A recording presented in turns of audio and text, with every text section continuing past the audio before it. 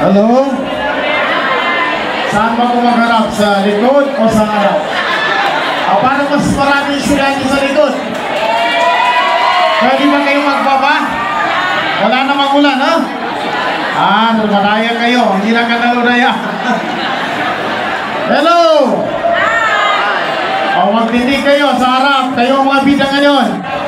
Pati sa likuran. A'udzu billahi minasyaitonir rajim. Bismillahirrahmanirrahim.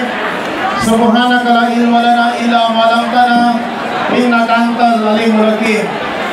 Our greetings and salutation, courtesies to our few officers of the university, as well as the distinguished guests, Dr. Kundo Impang Jr., the Vice President for Academic Affairs, Dr. Tengi Alim, Vice President for Research, Extension, Production and Resource Generation, Dr. Abdul Samad Shaikh, the Vice President for Administration and Finance,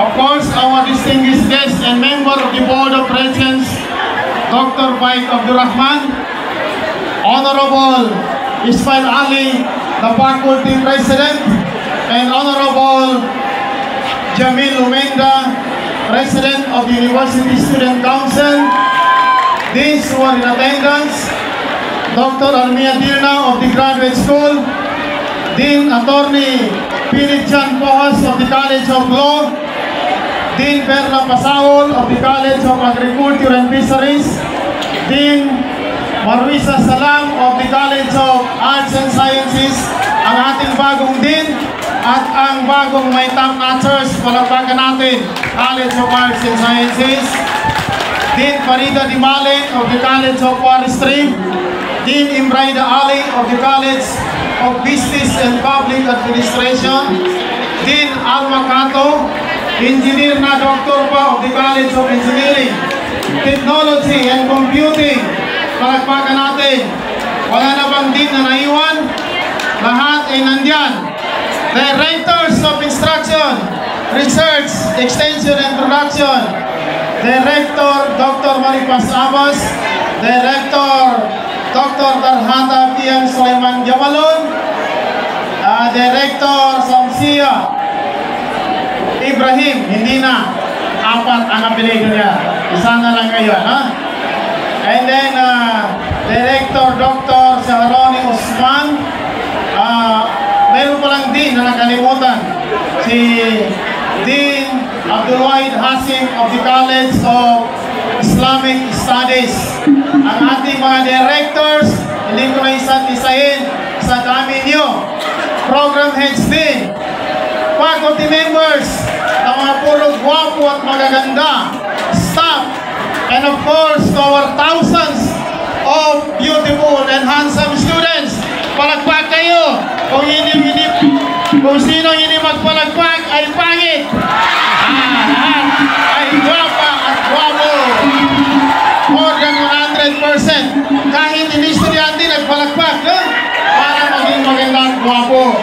Ladies and gentlemen, Assalamualaikum and good morning to each and everyone. The weather today symbolizes our joy and happiness for this long week celebration of the 2025 Kandaludaya Festival, coupled with sports, culture, and the arts festival of the university.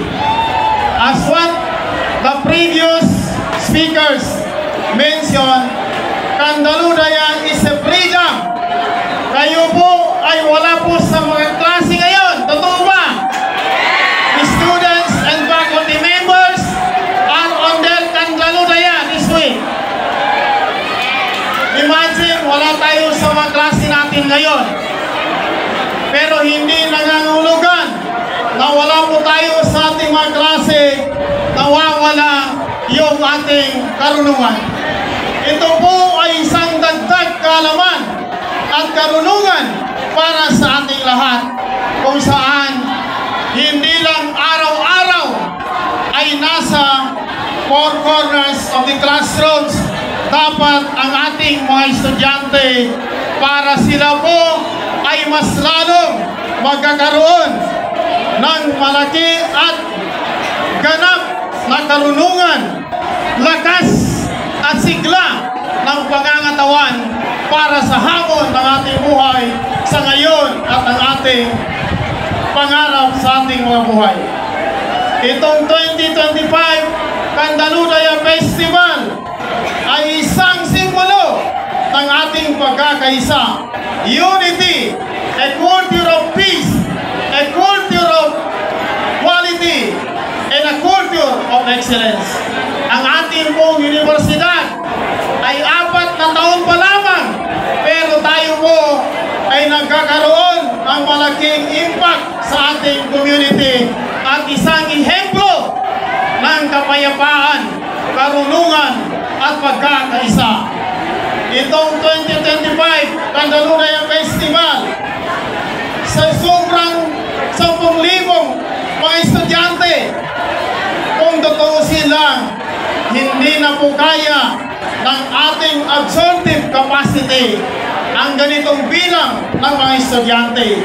Pero sa ating pagmamakaawa sa inyo ay malugod namin kayong tinatanggap sa ating pamantasan para lamang kayo po ay hindi mahuli sa pagkakataong ito na kailangan natin ang karunungan, hindi lamang karunungan kundi ang ating values na kung saan yun po ay angkop sa ating komunidad at yun po ang pinakamahalagang bagay na hinahanap ng ating lipunan ay ang ating mga magaganda at mabubuting asal na ating ipamalas sa ating mga kababayan, kapwa-tao, dahil lahat po tayo dito ay masasabi nating magagaling, magaganda at mga gwapo, pero samahan natin ang magandang pag-uugali. Sang-ayon ba kayo? Yun po ang malaking mensahe ko sa inyo na huwag nating kalimutan. Alam kong lahat kayo ay ready na sa anumang laro, paligsahan. Pero inuulit ko po sa inyo na ang labanan ito ay hindi labanan pang-department, pang-individual, kundi ito ay para sa ating lahat. Ang ibig kong sabihin, kung sino man ang manalo o matalo, tanggapin natin ng lubusan, dahil kung nanalo ang isang department o college, lahat tayo ay panalo. Do you agree? Hindi tayo nandito kundi para maglaban, mag-away. Suntukin natin yung manalo. Hindi yun. At huwag natin i-underestimate ang ibang department. Sabihin ninyo, champion kami last year. Dapat ngayon ay championin kami. Big no! Hindi ibig sabihin, ikaw ay champion ngayon, bukas champion ka pa rin. You need to sustain. And that is in the laws of learning, that preparation, exercise, and effect must be covered in all times, in all places. Hindi tayo nandito para lang maging champion. Ang sinasabi nating champion ay kung sino yung matanggap niya ng maayos ang kanyang pagkatalo. At sino naman ang mananalo, matanggap niya na yun ay swerte lamang at hindi ikaw ang habang buhay na champion, may bukas pa, sabi ni Fernando Po Jr. at Lito Lapid. Kaya sa mga coaches, pagbutihin natin ang ating pag-coach, sa mga referees, sa mga judges, panatilihin natin ang ating judgment ay fair. Ito, huwag nating haluan ng kahit maliit na bagay na pasimula para hindi magkakaintindihan, magkawatak-watak ang ating United Students sa panahon ito.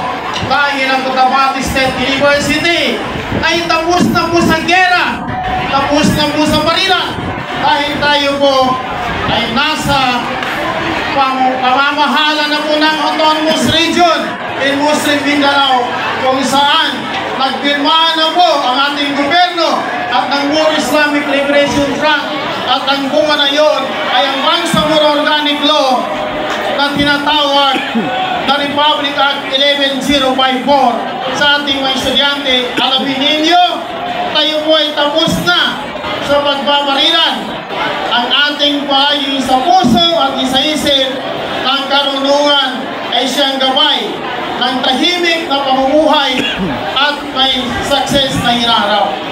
Sa lahat natin ngayon, tayo po ay mag-celebrate, magsaya sa isang linggong binigay sa atin na tayo po ay in a freedom, in a free will to join to watch this 2025 Sports, Culture and Arts Festival of the University. Finally, as the University President